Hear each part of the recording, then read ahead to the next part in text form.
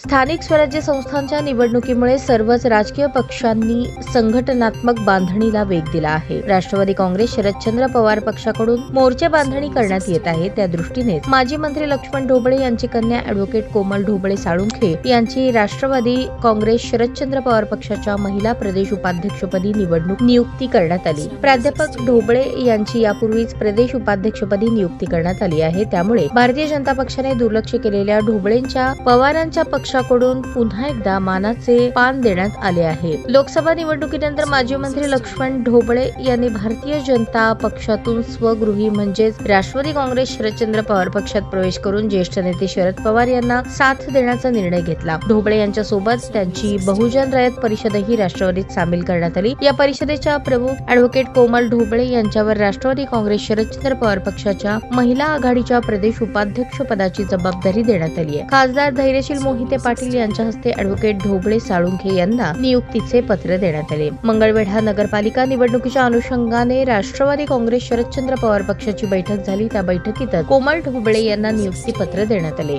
यावेळी राष्ट्रवादी काँग्रेसचे प्रदेश उपाध्यक्ष प्राध्यापक लक्ष्मण ढोबळे, भैरवनाथ उद्योग समूहाचे उपाध्यक्ष अनिल सावंत, जिल्हाध्यक्ष वसंत देशमुख, तालुकाध्यक्ष पांडुरंग चौगुले, शहराध्यक्ष चंद्रशेखर कौंडुभैरी, मतदारसंघ अध्यक्ष संतोष रंधवे उपस्थित होते।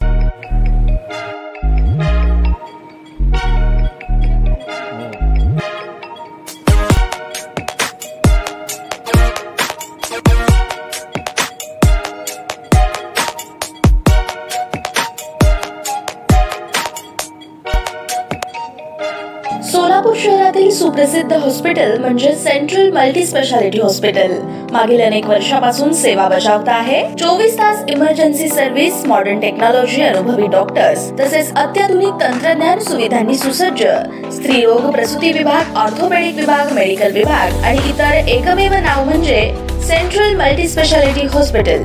पत्ता गणेशपेठ शॉपिंग सेंटर, मंगळवार बाजार, सोलापूर।